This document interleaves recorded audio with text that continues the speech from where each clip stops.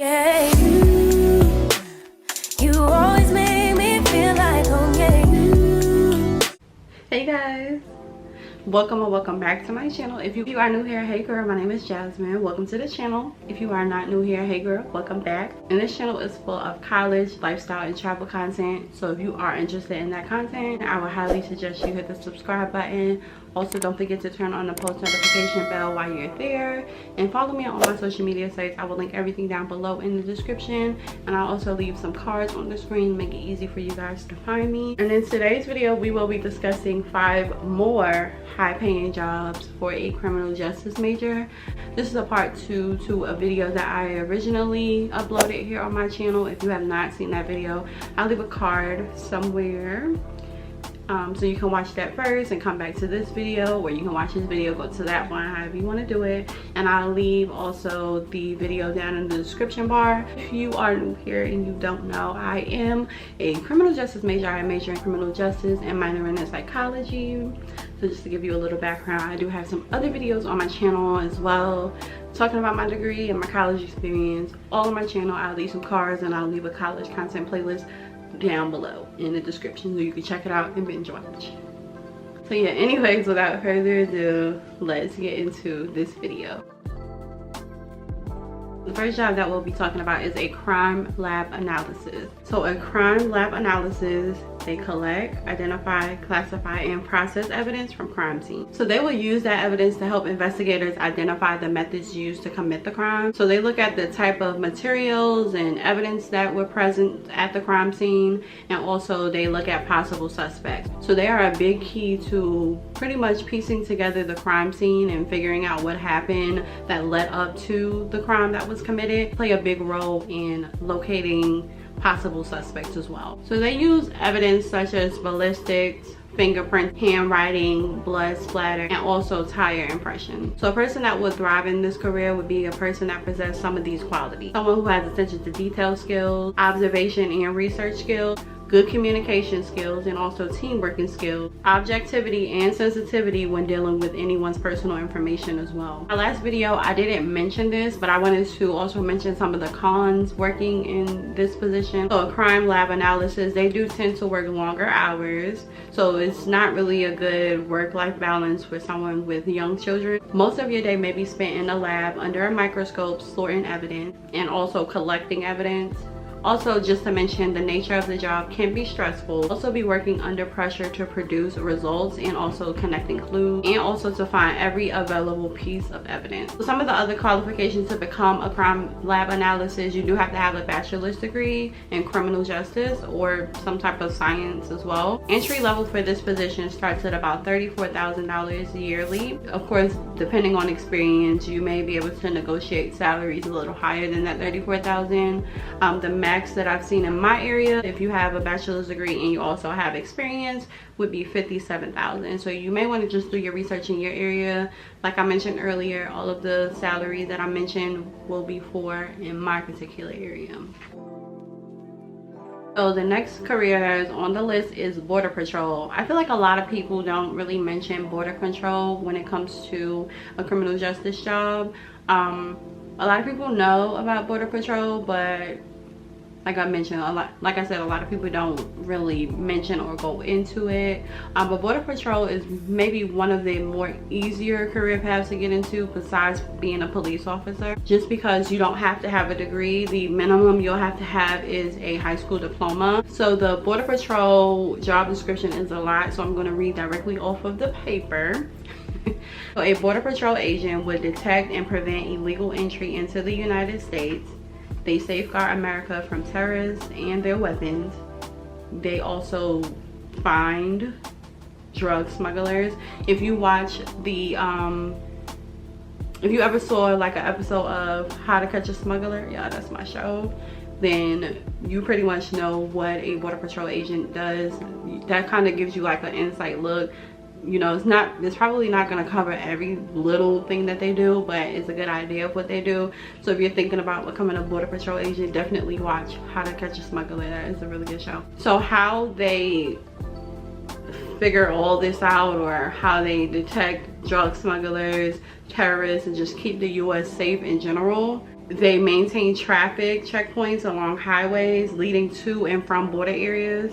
They conduct city patrol and transportation check and anti-smuggling investigation. So the one con that I can think of for this job is that it's very dangerous because you don't really know who is going to be like in the next vehicle, who's coming up to the border, because with the border you can either walk through or you can drive through, so you don't know who's like coming up to walk through. You don't know who's driving in the next car. It can be a very dangerous situation. So that's really the only con that I can think of, just encountering different people on a daily basis, and you really don't know what you're getting yourself into for that day. So border patrol agents starting out make anywhere between 31 to 51,000 a year, and that's just with a high school diploma. Oh, and I also didn't mention already the skill set that I think a person should possess in order to be a border patrol agent. Definitely good communication skills, because you're, you know, that's pretty much all you do all day. You're just talking to people. So good communication skills.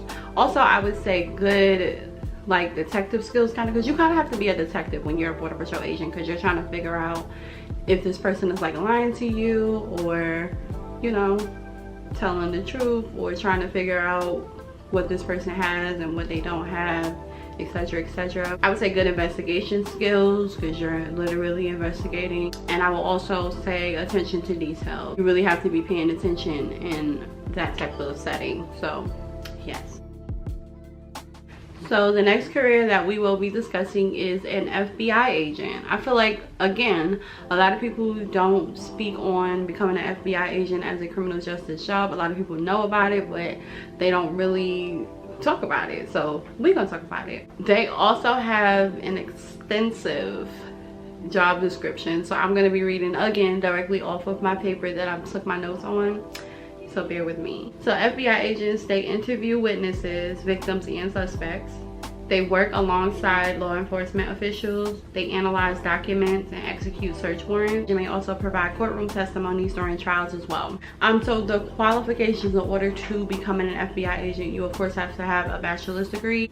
And you also have to pass a strict physical examination, as well as any background and drug testing. Someone who possesses these skills would be great as an FBI agent. Someone who has critical thinking skills, communication skills, because of course when you're interviewing people, you want to be able to communicate. Someone who has good physical stamina, public speaking skills as well. Also law enforcement experience. Some of the cons as working as an FBI agent: you can have an extensive workload. The job can be very demanding with long work hours and different shifts. You can work in the morning one day and the night the next day. It just all depends. Did I mention long hours? I think I did, but very long hours when you are an FBI agent. You will be working in high pressure situations. You will be dealing with dangerous criminals and sensitive information. Also, there is a lot of isolation in this job. You can be working alone for a long period of time. Also, do keep in mind that in order to become an FBI agent, there is a competitive selection process whenever you do apply and you want to become one.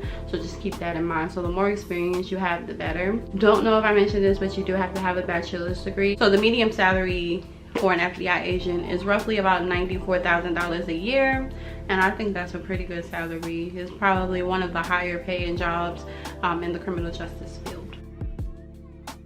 So the next job we will be discussing is more so a career or a position like in the background. If you don't necessarily want to deal with criminals and you don't want to be like on the outside, this career is more so behind the scenes. It is a financial examiner. So a financial examiner, like I mentioned earlier, they often work behind the scenes of law enforcement. They assist other law enforcement in analyzing financial records. They do this to prosecute financial fraud such as money laundering and embezzlement. And they often are employed by federal and state government, insurance industries, and other law enforcement agencies within the justice system. So you'll be basically auditing finances from various entities, just making sure that no one is committing, you know, fraud or money laundering or embezzlement. And then you'll report that information back to the agency in which you are hired from or through. So someone that would thrive in this environment would be someone that has attention to detail skills, good basic mathematics skills, because you're dealing with money and numbers all day, so you definitely want to have that basic mathematics skills. I would also probably recommend a degree in some sort of math somewhere. This wouldn't be a good career for me because I'm not good with math. If having a criminal justice degree required math, I would not be going for it because math is not my forte, it's not my strong suit. You should also have good accounting skills. I think that goes hand in hand with having good math skills. Have some type of experience in auditing. You should also have some experience in financial forensic and also fraud investigation. So some of the cons for this career is there is long hours. I feel like a lot of criminal justice careers require long hours. This career is very hard to get into. It's very competitive, the selection process. You need lots of skills or knowledge definitely required to get into this field. The median pay for a financial advisor is roughly about $81,000 a year, and that you do have to have a bachelor's degree. I don't know if I mentioned that, but you definitely have to have a bachelor's degree in order to pursue a career as a financial examiner.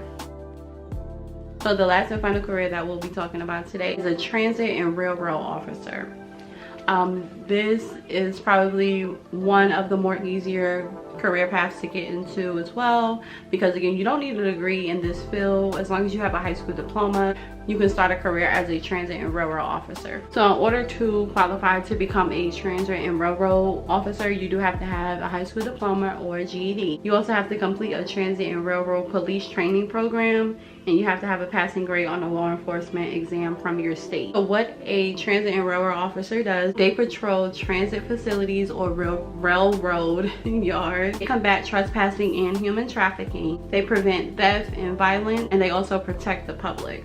So basically, they make sure everyone is safe through transportation. You may see a lot of transit and railroad officers, of course, on like trains. You'll see them in train stations. Sometimes they'll just be on guard, making sure everything is running smoothly. Or you'll sometimes see them interacting with people on the train and probably asking questions if they feel suspicious about a certain person. So an individual who would thrive in this career would be someone with critical thinking skills, someone who has great verbal and written communication skills, someone who knows how to multitask and document, someone who has physical strength and endurance, because you might have to run after somebody if they start running. The only con that I can think of for this career would be the dangers of dealing with criminals on a daily basis, because it's face to face, like it's not over the phone, you know, you're dealing with some probably crazy people. So that's probably, I'm sure it's probably more cons, but that's one of the only ones that I could think of, just having to deal with crazy criminals. The median pay for a transit and railroad officer is $64,000 a year. The highest pay that I was able to find is $105,000 a year. So that brings us to the end of this video. Another 5 high-paying jobs for a criminal justice major. I hope this video was helpful to someone. If you would ever work in any of these careers mentioned, let me know down in the comments below. I'm curious to know if you guys would. But like I said, I hope this helps somebody. And if you guys want another part to this video, let me know in the comments. I will be sure to make one. And I hope you guys enjoyed this video. If you did, make sure to give me a big thumbs up. Don't forget to subscribe to the channel on your way out. Turn on the post notification bell so you're notified whenever a new video goes up. And also don't forget to follow me on my social media sites. I will leave everything down below in the description, and also leave a card on the screen. And until my next video, I will be seeing you guys later. Ciao.